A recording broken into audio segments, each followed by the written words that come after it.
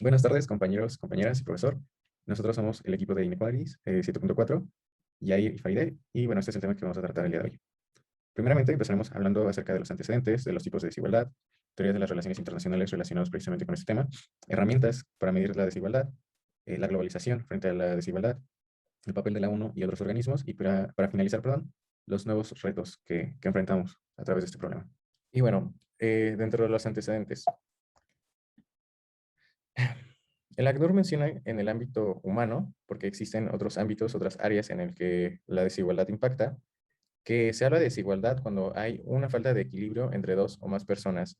Dentro de esa definición podemos agregar que también puede ser desigualdad entre los estados, porque incluso existe desigualdad entre el propio sistema internacional, ya que pues muchas veces los países periféricos, pues un, un tema que vamos a tocar más adelante, perdón, no tienen pues las mismas posibilidades de influir dentro de la agenda como lo puede ser un país de centro. Y como ya lo mencionaba, pues debido a que la desigualdad pues persiste en distintas áreas, esta no solo se trata de riqueza, patrimonio, ingresos, sueldo, también se trata de acceso a oportunidades y servicios de básicos, como bien puede ser salud, educación, agua, luz o cualquier otro servicio público, ya que precisamente estas áreas tienen una repercusión directa en la calidad de vida y la expectativa de vida que tenga una persona dentro de, pues, de su desarrollo.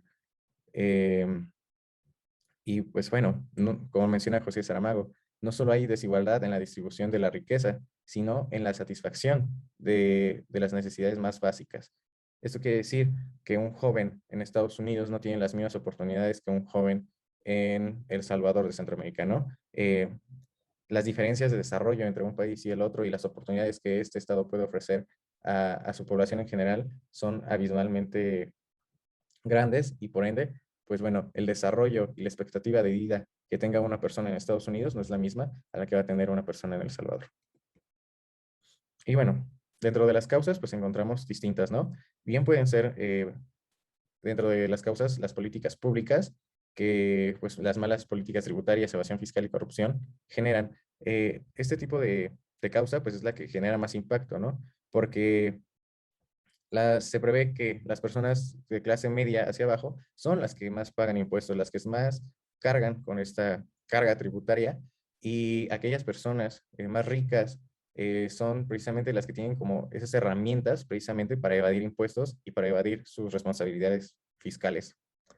La estructura del sistema internacional e incluso la propia estructura del Estado pues puede generar en prácticas comerciales desleales e inequitativas, que precisamente explicaremos con más detalle adelante, que tiene que ver con el centro y la periferia, ¿no? La relación que existe entre ambas, pues es desigual, mientras que el centro se lleva las mejores eh, frutos, los mejores frutos, la periferia pues sufre de condiciones precarias.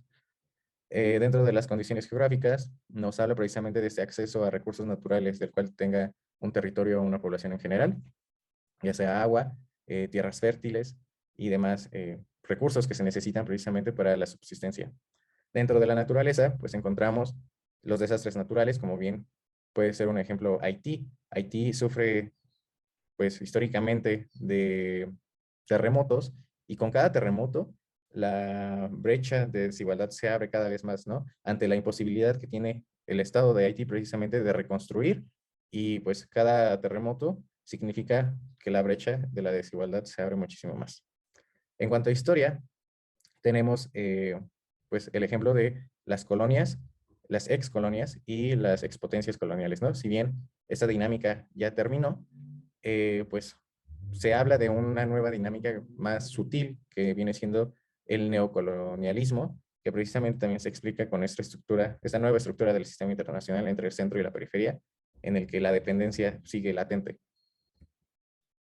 Y bueno, ¿por qué persiste?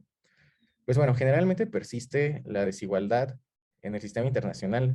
¿Por qué? Si hablamos de un sistema internacional más institucionalizado y globalizado, pues ¿por qué sigue persistiendo la desigualdad? Y esto, pues generalmente es por la predominancia e influencia de ciertos grupos en el poder, lo cual a su vez genera una distorsión política, discriminación y polarización dentro de la población y pobreza. distorsión política porque esos grupos precisamente generan políticas públicas que satisfacen sus necesidades y no las de la población en general. Discriminación, porque no se da las mismas oportunidades a todos de lograr el desarrollo tanto personal como humano, y pobreza, porque pues en cuanto más polarización, más desigualdad haya, menos oportunidades existen para, para crecer económicamente.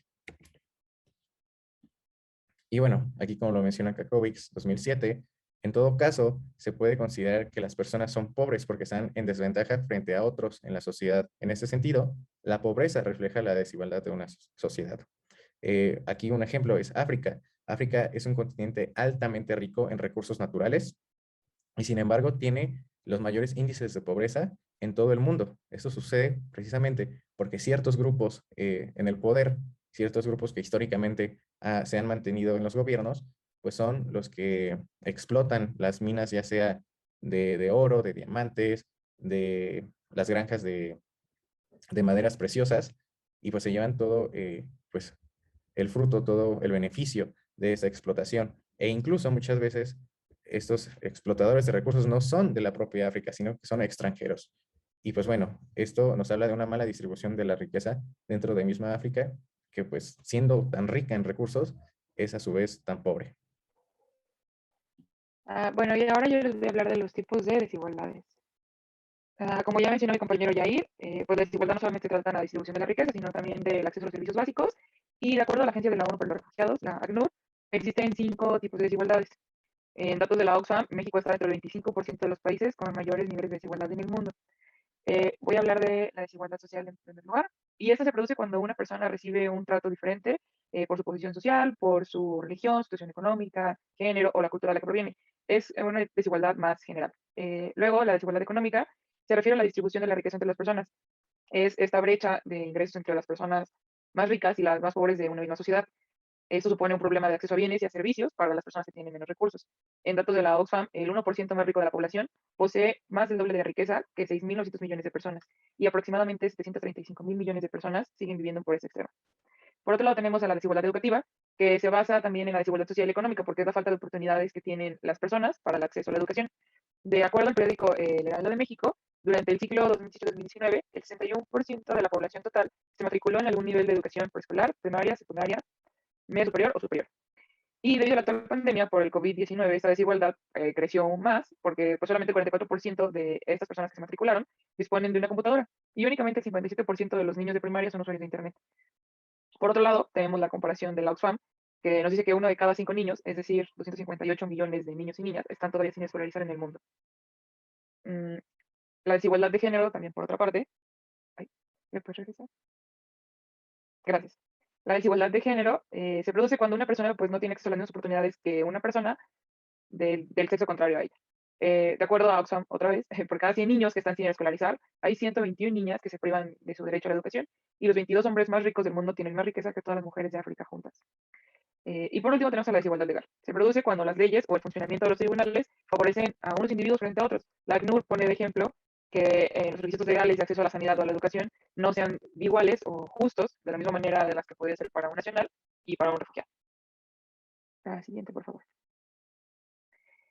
Aquí tenemos a la diferenciación vertical o estratificación, que es una manera de ver la desigualdad. Es el proceso en el que algunos actores toman un papel central dentro del sistema internacional y tienen influencia y control sobre las zonas pues menos favorecidas, ¿no? O las periféricas, que más adelante vamos a retomarlas.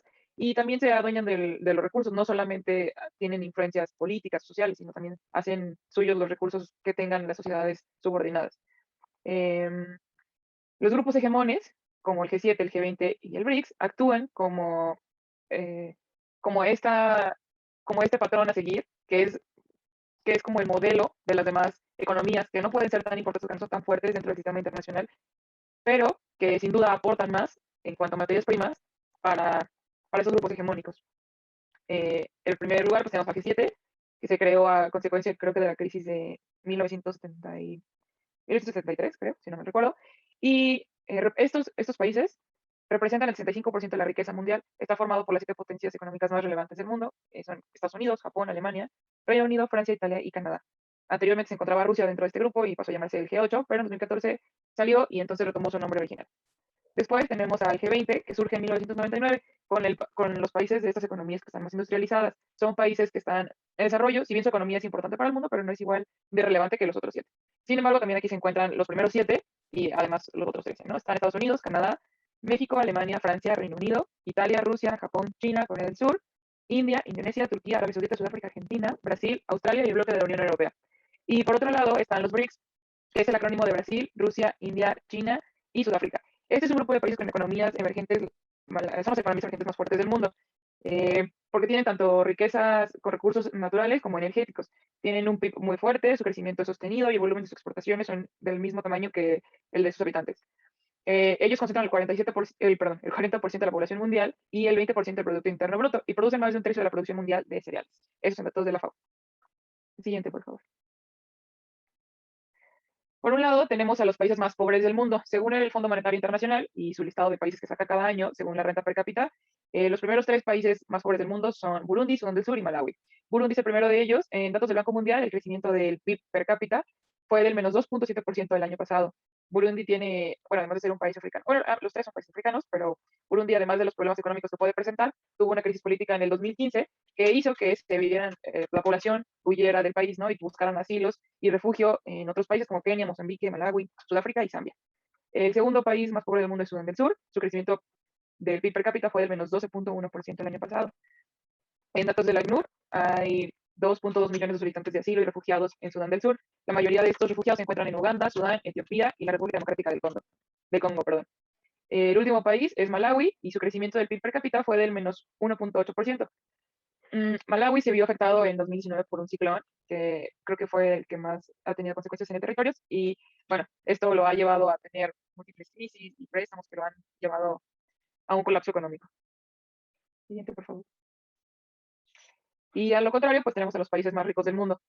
Los países más ricos del mundo también, según su renta, su PIB per cápita, pues son Qatar, Macao y Luxemburgo.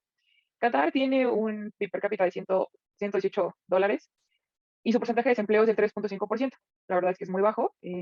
Este país es considerado el más rico del mundo debido a que tiene bueno, absorbe o tiene sus ingresos del petróleo, pero también exporta gas natural. Entonces, pues es un país con recursos naturales muy ricos, lo que lo ha llevado a tener una gran riqueza. Como dato curioso, los ciudadanos de Qatar no pagan ningún impuesto sobre la renta, como algunos otros países, por ejemplo México, porque pues la riqueza del país es tan grande que alcanza para pagar y mantener el país, por lo que no es necesario que ningún ciudadano lo pague. En segundo lugar está Macao, con $97,751 estadounidenses, y su tasa de desempleo es del 2,5%. Este es un país asiático y sus principales ingresos vienen de los juegos y del casino. Macao es considerada como Las Vegas asiática porque muchos países o muchas empresas extranjeras van a Macao a constituir sus empresas de juegos y de apuestas a este país, aunque también tiene sus ingresos de la industria textil y de calzado. Estas industrias representan el 85% de las exportaciones total del país. Y en último lugar tenemos a Luxemburgo con un $94,92. Y Luxemburgo tiene una tasa de desempleo un poco más elevada que los demás, sin embargo sigue siendo muy baja a comparación de otros países, es del 7%. Luxemburgo básicamente adquiere sus ingresos de las industrias del acero, el caucho y los bancos. Ahora les voy a hablar de las teorías de las relaciones internacionales que nos van a ayudar a explicar a la desigualdad. La primera de ellas es el estructuralismo, y dentro del estructuralismo tenemos a la teoría centro-periferia y teoría de la dependencia.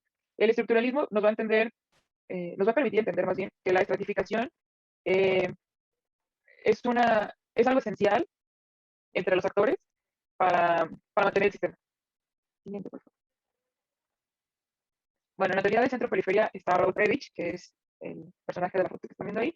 Él desarrolló esta teoría en América Latina, estuvo en la CEPAL, la Comisión Económica para América Latina, y básicamente decía que los países del centro tienen un progreso técnico, tienen la tecnología y desarrollan a las periferias bajo sus propios intereses. Eh, Atribuyen a la periferia un papel pasivo, y entonces los países periféricos son subordinados y solamente se reduce su responsabilidad a suministrar materias primas a un bajo costo para que los países del centro pues, puedan desarrollarse y tener eh, la producción y la industrialización, ¿no? Esto genera una dependencia económica de los periféricos a los centros, una inestabilidad y un aislamiento. ¿Por qué? Porque pues dependen totalmente, sus economías dependen totalmente del centro. Entonces, al haber un desequilibrio económico en algún centro, el periférico es quien más lo sufre debido a que sus exportaciones, sus productos, mercancías van a venir de ese lado, ¿no? Y aquí tenemos una cita que dijo Raúl Prebisch. Se constituyen en la fuente del avance tecnológico, pero limitan la propagación de la técnica productiva según sus conveniencias. No les interesa nuestro desarrollo, pero aún así tienen gran significación para nosotros. por el intercambio, la tecnología y el capital, de manera que el problema radica en cómo aprovecharlos con racionalidad y autonomía. Que es lo que ya les comentaba, ¿no? Realmente el centro es quien da las reglas del juego y los periféricos pues tienen que acoplarse a eso porque necesitan supervivir en el mercado internacional, estar en el mercado y existir también dentro del sistema. Pero pues no se ha encontrado la manera de ser autónomos sin tener que deslindarnos de los centros. Y en segundo lugar está la teoría de la dependencia. Esta también surge en América Latina en los años 60 y 70 y básicamente tiene tres postulados. Nos dice que la expansión, que el subdesarrollo está directamente ligado a la expansión de los países industrializados. Esto ya se explicó también antes, ¿no? Los periféricos dependemos de los centros. El subdesarrollo es una condición en sí misma. El subdesarrollo no es una etapa gradual ni es un paso antes del desarrollo, simplemente es un paso en sí mismo. No quiere decir que están ligados, sí, pero el subdesarrollo no depende del desarrollo. Es una etapa en sí misma. Y por último, decían Blomstrom y Ente, en el glosario de Claxo, que la dependencia no se limita a relaciones entre países, sino que también crea estructuras internas en las sociedades. Y esto nos lleva a pensar, por ejemplo, en las crisis económicas de Estados Unidos, que tenían repercusiones en Londres, por ejemplo, ¿no? Cuando los bancos centrales, pues sí, la crisis en Estados Unidos, pero las estructuras internas que se crean y las relaciones que hay entre los países llevan a la inestabilidad y llevan a la dependencia de estas mismas estructuras. El personaje de la foto es Wallerstein y lo pusimos aquí en una referencia a su teoría del sistema mundo, que también nos hablaba de que los países que no entran a esta dinámica globalizada, pues se quedan rezagadas en sus economías, ¿no? Y no tienen un papel en este juego. Y tengo una cita también de Peter Drucker que dice, se puede decir que no hay países subdesarrollados, sino mal gestionados. También abonando a lo que ya decíamos, ¿no? El subdesarrollo no es una etapa del desarrollo, sino una condición en sí misma. Voy a presentarles unas herramientas para medir la desigualdad. La primera de ellas es el índice de Gini. El índice de Gini, ¿me puedes cambiar, por favor? Gracias. El índice de Gini es una herramienta que nos ayuda a determinar el nivel de desigualdad que existe en un país. De acuerdo a MIDE, que es el Monitoreo de Indicadores de Desarrollo del Estado de Jalisco, el coeficiente de Gini mide la desigualdad económica de una sociedad mediante la exploración del nivel de concentración que existe en la distribución de los ingresos entre la población. Toma valores entre 0 y 1.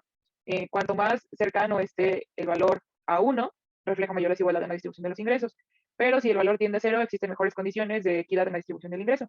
Y ahí está ahí una gráfica que nos muestra cuál fue el índice de Gini más bien, y creo que está, no alcanzo a verlo muy bien, pero creo que está en el 3 punto y algo hasta el año pasado, está más cerca del 0 que del 1, así que se supone que nuestro país estaría más cercano a tener unas mayores condiciones de equidad en la distribución.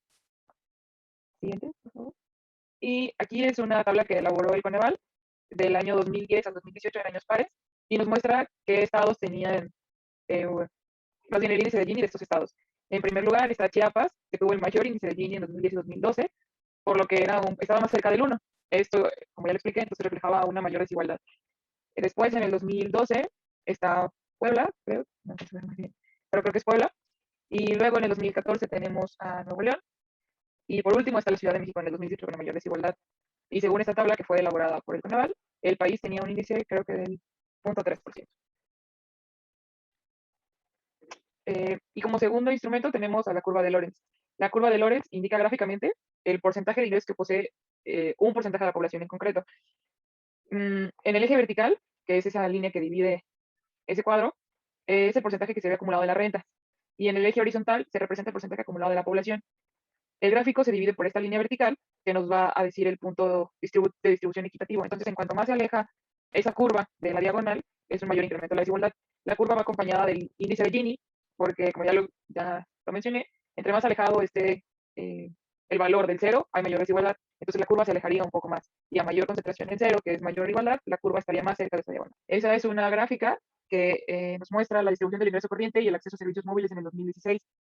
La línea amarilla es el ingreso corriente y el índice de Gini era del 0.4, por lo que estábamos pues ni tan equitativos ni tan inequitativos tampoco, ¿no? La curva está un poco alejada de la diagonal, pero por ejemplo el acceso a servicios móviles está en un 0.072. La mayoría de la población en el 2016 tenía acceso a los móviles, entonces la curva se pega más a la diagonal y el índice de Gini está más cercano al 0. Y bueno, como ya hemos visto a través de la presentación, la desigualdad abarca distintas formas de presentarse y por ende pues, distintas áreas de la vida de un país, de las personas, de la sociedad en general. Es por tanto que pues para hablar de desigualdad también tendríamos que hablar de globalización, ya que la globalización pues es esta dinámica que ha generado nuevas formas dentro del sistema internacional de hacer las cosas y pues tiene interferencia en todo tipo de asuntos, ya sea económicos, políticos, sociales, culturales, y por ello pues es imprescindible, perdón, hablar de ella cuando se habla de desigualdad. Como ya lo menciona mi compañera Faride, en algunas teorías de las relaciones internacionales, la interdependencia es fundamental dentro de la globalización. El hecho de que un centro dependa de una periferia y viceversa, quiere decir que estas relaciones de intercambio muchas veces son inequitativas, son mejores para uno que para el otro, en este caso en el centro, que es el que se lleva la mayor parte de los frutos que se generan dentro de estas dinámicas comerciales, y por ende pues se genera una competencia desleal, ya que pues tanto al momento en el que se arranca este proceso de liberalización y de globalización, muchos de estos países pues arrancaron desde abajo, mientras que otros ya llevaban una ventaja sobre de ellos, y por ende pues este tipo de competencia se hace desleal, ¿no? Tanto que aquellos países con menores oportunidades pues no tienen la misma fuerza, el mismo poder de colocar sus productos, pues sí, productos en general en el mercado internacional. No hay comparación entre un producto de periferia y uno del centro, ¿no? Y pues bueno, esto a su vez genera una división desigual del trabajo, en el que, como ya lo mencionábamos, el centro es aquella industria generadora de innovación, de tecnología, de nuevas formas, mientras que la periferia pues recibe, por así decirlo, las obras tecnológicas que genera el centro, por lo que, pues bueno, la periferia pues queda prácticamente a merced de generar solamente aquellos recursos indispensables para el centro, como bien lo pueden ser recursos naturales o alimentarios. Y pues bueno, en este proceso de integración, pues se necesita precisamente de que haya países pobres para que funcione, por así decirlo, la globalización, ¿no? Se necesita de que haya países de periferia que estén dispuestos a que el centro envíe sus transnacionales para generar empleo, para que invierta el capital, y por ende, pues sin estos países que dependan, que necesiten del centro, la integración no se vería, no habría esa necesidad de acercamiento, esa necesidad de hacer lazos con el otro, porque si fueras totalmente dependiente de ti mismo, no tendríamos como la necesidad de acercarme, ¿no? Porque no habría que cubrir por esa parte. Y pues bueno, eh, en este proceso de neoliberalización, perdón, se asume que las fuerzas de la globalización, incluidos el mercado, la ciencia y tecnología, resolverán los problemas de desigualdad y de pobreza. Y precisamente para que esto suceda, pues debe haber un libre mercado, una interdependencia y, como les decía, una integración. Y pues bueno, como ya les mencionaba anteriormente, el proceso de globalización pues arranca de una manera desigual en la que unos ya iban más avanzados que los otros, y por ello se establecieron mecanismos de adaptación a través de Bretton Woods, para que por medio de bancos regionales de desarrollo e instituciones financieras internacionales, como bien lo puede ser el Banco Mundial y el FMI, se generaran pues proyectos, se generaran capacidades, se brindaran las herramientas a aquellos países que estuvieran en desventaja para que pudieran anivelarse a este proceso, y que, pues bueno, a través de ello, precisamente, como lo menciona, de la globalización, de la ciencia, del mercado, se resolvían estos problemas de desigualdad y de pobreza. Pero bueno, los bancos regionales de desarrollo e instituciones financieras, pues no han sido precisamente estas generadoras de cambio, ni estas herramientas de nivelación entre un país y otro, porque pues bueno, la falta de autonomía entre estos bancos hace que pues intereses de terceros, generalmente de aquellos países del centro, que son los que en su mayoría financian este tipo de instituciones, eh, entrometan sus intereses en aquellos países a los que les otorgan este tipo de financiación, ¿no? Entonces, pues prácticamente es como una forma de subordinar al otro indirectamente a través de soft power. Eh, Otro de ellos podría ser la imposición de modelos, que a su vez significa pues, la violación de soberanía. Eso quiere decir que, como les mencionaba, pues aquellos países del centro, que son los que otorgan el financiamiento, imponen modelos económicos a aquellos países a los que les otorgan el financiamiento, y pues estos modelos están hechos por aquellos países, por aquellas personas, aquellos científicos que saben de la economía de su país, pero no precisamente de la economía de la periferia, ¿no? Estas dinámicas comerciales que se dan en la periferia a las del centro son muy distintas. Por ende, pues no, muchas veces estos modelos no llegan a encajar junto con la población y la realidad de la periferia, que pues terminan siendo fracasos rotundos, ¿no? En cuanto a los modelos. Un ejemplo de ello podría ser, por ejemplo, lo que sucedió en Chile. Otro problema que tenemos dentro de esas instituciones, pues es la balanza de pagos. Al no tener un tipo de cambio estable, los tiempos para que estos países paguen su deuda se acorta, y por ende la balanza de pagos pues termina ahorcando a estos países y terminan pues en una situación en la que ya no pueden eh, hacer los pagos correspondientes, y por ende pues quien termina sufriendo de este tipo de atrasos es la población, porque se aumentan impuestos, se hacen recortes a programas sociales, y pues bueno, en lugar de beneficiar como era en un principio, este financiamiento termina perjudicando todavía aún más. Y otro problema que tenemos es la falta de seguimiento. Muchas veces se otorga el financiamiento a estos países, pero no hay un plan riguroso en cuanto a el seguimiento de la implementación de estos programas, y pues bueno, puede que incluso ante la presencia de intermediarios, el dinero o los programas terminen desviándose de su origen, de su propósito original, y por ende pues no llegan a cumplir con su objetivo, que es muchas veces pues llegar a la población general para alimentar el cambio que requieren. Y bueno, precisamente hablando de esto, pues ¿cuál ha sido el papel de la ONU y de otros organismos para reducir la desigualdad y para terminar con la pobreza? Bueno, dentro de estos programas de acción, encontramos que en 2015 miembros de la ONU aprueban 17 objetivos como parte de una agenda que se pretende llegar a cumplir en 2030 a través de objetivos de desarrollo. Pues estos están orientados precisamente a mejorar la calidad de vida de las personas, promover el desarrollo económico, borrar las barreras de la desigualdad y promover el desarrollo sostenible.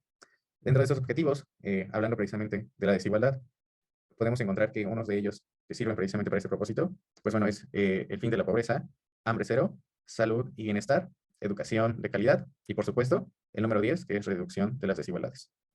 Y bueno, metas del objetivo 10.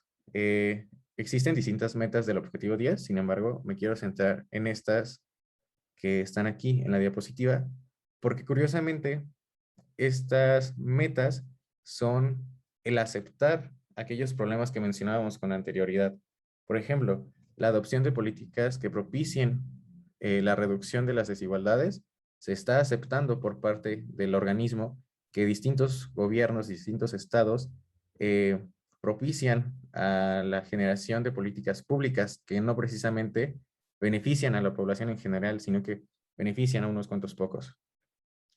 El objetivo de mejorar la reglamentación y la vigilancia de los mercados nos habla precisamente de esta desregularización que existe dentro de los mercados internacionales, que muchas veces incluso pone a las personas más ricas y a las transnacionales por encima del Estado, ¿no? Una situación pues peligrosa en el que incluso el Estado pues ya no tiene como esa injerencia para poder regular este tipo de situaciones que exacerban la desigualdad entre los países y por ende entre la población en general.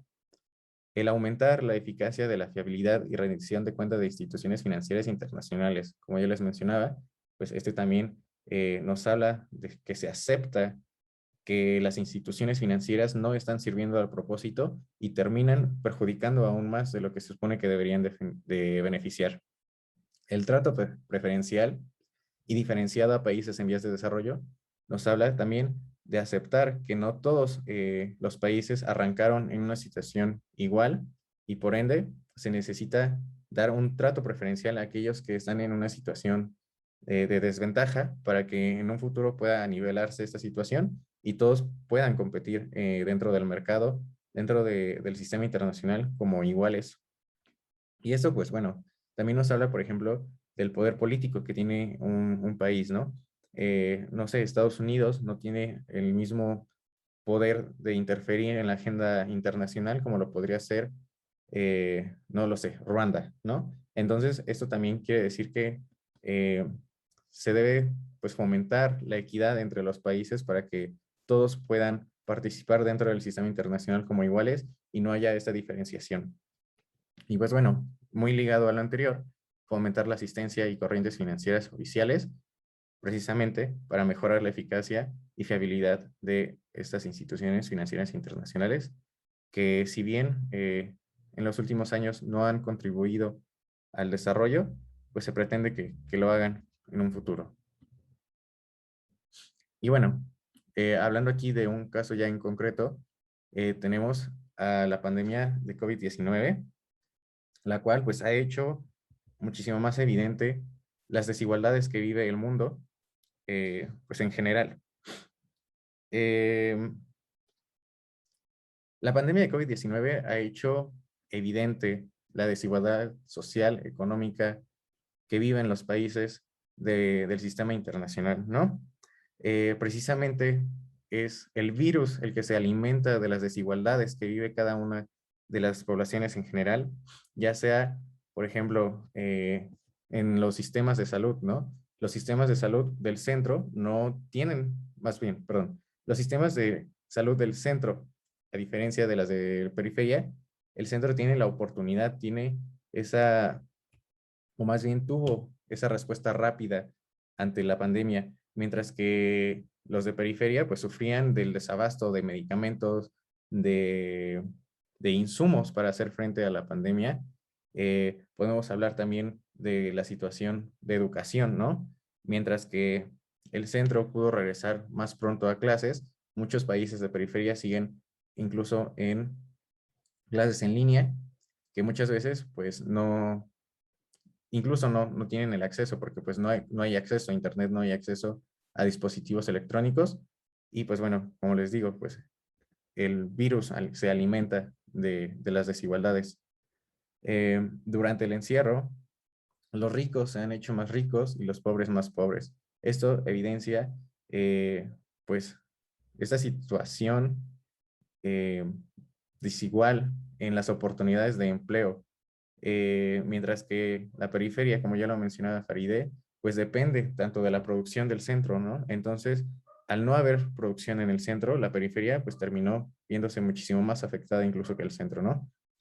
Con desempleo, e incluso pues hablamos de la informalidad que existe muchísimo en los países de la periferia, ¿no? Aquellas personas que no tienen seguridad social, que no tienen seguro, pues obviamente al no haber actividad económica, pues no recibieron ningún sueldo y por ende pues sufrieron de, bueno, no tuvieron la capacidad de satisfacer sus necesidades básicas durante el encierro.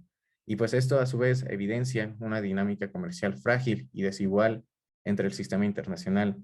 Como ya lo mencionábamos, pues el desabasto, el hecho de que no haya producción en el centro, afectó muchísimo más a la periferia, el hecho de que sea el centro quien genere estos insumos médicos, pues prácticamente abarcaron los insumos y pues aquellos sobrantes fueron los que llegaron a la periferia, pero fueron muy pocos. Y eso ha ocurrido incluso con la vacuna hoy en día. El hecho de que el centro sea el productor de la vacuna, el que haya sido pues el investigador quien descubre esta vacuna, hace que la periferia se mantenga pues a la espera de, de que se le otorgue unas cuantas vacunas, como lo podemos ver aquí. La vacunación contra el COVID-19 en esta tabla habla precisamente de que aquellos países con mejores economías, con más oportunidades, son los que ya tienen vacunado a su mayor parte de la población, como bien lo es Israel, Emiratos Árabes, Reino Unido, Estados Unidos, Chile, Serbia, Dinamarca, Turquía, España, Alemania, Italia, Francia, Brasil, Rusia, Argentina, México y Bolivia. De, esta, de este lado podemos ver una tabla por continente, el cual pues Norteamérica, teniendo a los países Canadá, México y Estados Unidos, pues bueno, tiene vacunada prácticamente al 69% de su población. Latinoamérica al 65%, Europa al 61%, Asia Pacífico al 61%, Medio Oriente al 44% y África, curiosamente, quien abarca la mayor parte de los países en situación de pobreza, de desigualdad, apenas alcanza a cubrir el 9.2% de su población vacunada. Esto nos habla del acaparamiento de los países del centro de las vacunas.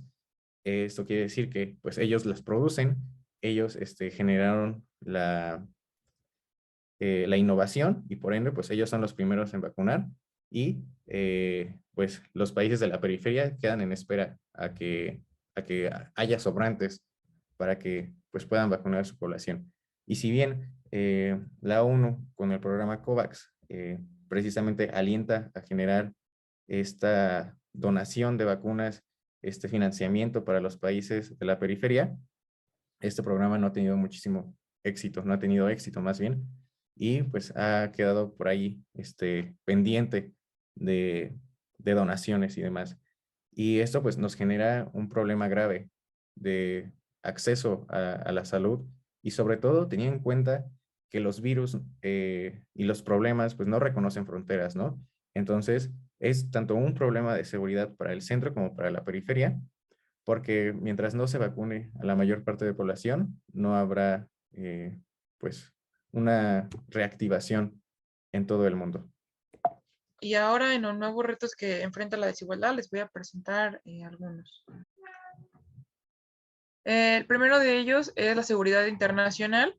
La pobreza y la desigualdad, como ya lo mencionó mi compañero Jair, pues son muy importantes dentro del sistema internacional y dentro de los países en los que la desigualdad todavía es más notable.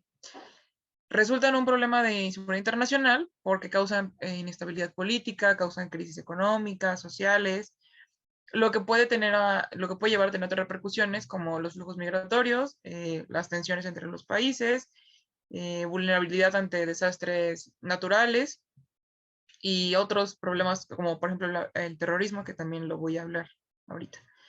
Eh, es necesario que los países formulen políticas públicas efectivas para prevenir conflictos armados, no solamente para evitar las pérdidas de vidas humanas y materiales, sino porque hay una exigencia dentro del sistema internacional para asegurar el poder, el equilibrio del poder y las políticas exteriores que se tienen entre los países.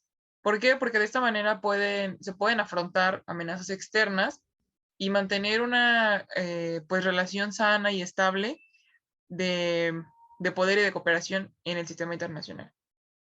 El siguiente problema contemporáneo de la desigualdad pues es la violencia y el terrorismo. De acuerdo a Pavón Villamayor y Jorge Velázquez en 2016, la disminución de las desigualdades económicas en el interior de una sociedad puede atenuar el patrón de frecuencia de actividades terroristas. En muchos casos no es posible erradicarlas definitivamente. Sin duda, pues la pobreza y la desigualdad no son el factor clave para el terrorismo. Sin embargo, sí son algunas de las causas que puede llevar a que una sociedad sufra de esos ataques o de estos fenómenos, ¿no? Lo vimos recientemente ahora con el ataque en Londres y lo tomamos nosotros como un problema porque pues precisamente todo va, o sea, todo va de la mano, ¿no? Entonces, la violencia y el terrorismo suponen también un esfuerzo de los países para velar por esa seguridad internacional que vaya a asegurar un sistema, que vaya a asegurar al sistema y a los países. Por otro lado, tenemos al cambio climático, que, bueno, el principal, ay, perdón, ¿lo puedes regresar? Gracias. Que el cambio climático, perdón, una de las consecuencias, o pues sí, de las repercusiones que podría tener, son los desastres naturales, que si bien un desastre natural que llegue, por ejemplo, a una colonia con altos recursos y casas hechas de materiales fuertes, no va a pegar de la misma manera que si llega a una zona muy vulnerable donde las casas son hechas del material que se encuentran, ¿no? Entonces, afectan los cambios climáticos, el cambio climático afecta por los desastres naturales que pueda tener en estas zonas, porque sin duda van a aumentar esta brecha de desigualdad entre las personas que tienen los recursos y las que no los tienen, viéndose más afectadas las personas que claramente no cuentan con las mismas posibilidades para afrontar los desastres naturales. Y por otro lado está la proliferación de las armas nucleares. ¿Por qué? Porque, o vuelvo a lo mismo, vuelve a la seguridad internacional, porque las armas nucleares suponen un poderío en los países hegemónicos, ¿no? Por ejemplo, Rusia y Estados Unidos. En un supuesto conflicto, estas armas servirían para estos países hegemónicos y ayudarían a que estas potencias libren las batallas. Sin embargo, los países periféricos pues estarían dependiendo totalmente de los centros, estarían a expensas de saber qué va a pasar con el centro y de saber pues cómo va a cambiar el sistema, ¿no? Eso también lleva a la parte económica que pues se queda muchas veces rezagado a las importaciones y exportaciones porque el país centro se encuentra en un conflicto armado. Entonces, y eso también lleva, por otro lado, a la venta de armas de fuego, que supone violencia y terrorismo, y volvemos a lo mismo, hay una gran desigualdad en las personas y en las políticas que se han implementado entre los estados para poder asegurar eh, pues un ambiente menos inseguro, más equitativo y la paz, finalmente, ¿no? Y esta es una cita de Pavón Villamayor y Velázquez 2016 que dice que el terrorismo, perdón, el terrorismo realmente brota en donde hay pobreza, desesperación y desesperanza, donde la gente no ve un futuro, que pues vuelvo a lo mismo, no, la pobreza y la desigualdad no son el factor clave para el terrorismo, sin embargo, pues lo abonan y son algunas de las causas que pueden detonarlo. Y pues eso sería todo de nuestra parte, compañeros y profesor. Las referencias las pusimos aquí y también vamos a poner algunos links de consulta por si quieren adentrarse un poco más en este tema.